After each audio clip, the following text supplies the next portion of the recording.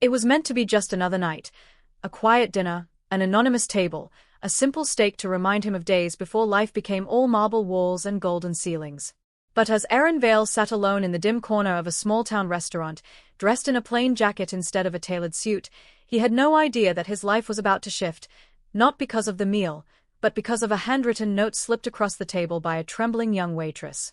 If you believe in kindness, humility, and second chances, take a moment to like, comment, share, and subscribe to Kindness Corner, where true stories of the heart remind us what humanity still means. Aaron Vale was the kind of man who rarely smiled.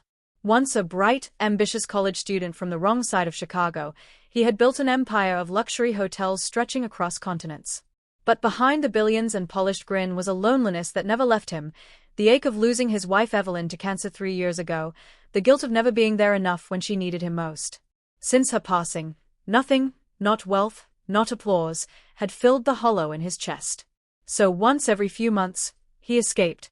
No entourage, no limousine, no tailored suits, just himself, an old sedan, and the search for some forgotten piece of who he used to be. That night, rain glazed the streets of Maplewood. He pulled into a modest restaurant with a flickering neon sign, the Iron Skillet. Inside, the smell of butter, smoke, and nostalgia wrapped around him. The kind of place where people laughed too loudly, where staff knew the regulars by name, and where steaks arrived sizzling on iron plates, not silver trays. Aaron took a corner seat by the fogged window. A young waitress approached. Her name tag read Mara. She could not have been older than 23, but her eyes carried the weight of someone twice her age. Her white shirt was neatly pressed, yet her shoes were worn to the last mile. She offered a fragile smile that barely held back exhaustion. "What can I get you, sir?" she asked softly. He ordered a ribeye, medium rare, and a glass of water. She nodded and hurried away. As she walked, Aaron noticed a subtle limp, a rhythm that did not belong to someone so young. When Mara returned with his meal, he caught glimpses of her glancing toward the kitchen, worried, as if someone was watching.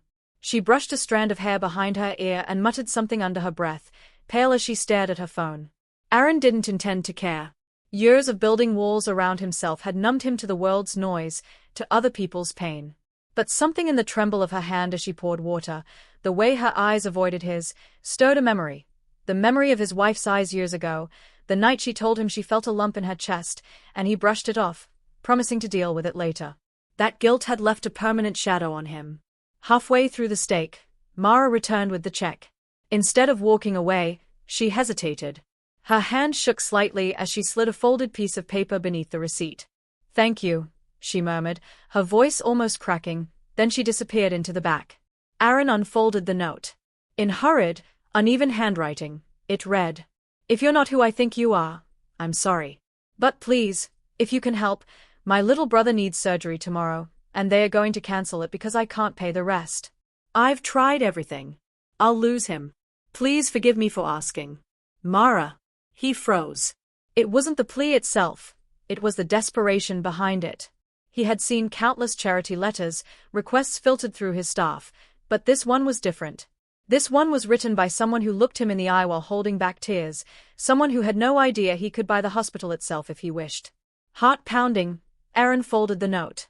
He rose quietly, paid the check, and left without a word. Outside, the rain had stopped. A thin fog curled around the streetlights. For a long moment, he simply stood there, looking back through the glass at Mara, wiping down tables, forcing another tired smile for the next customer.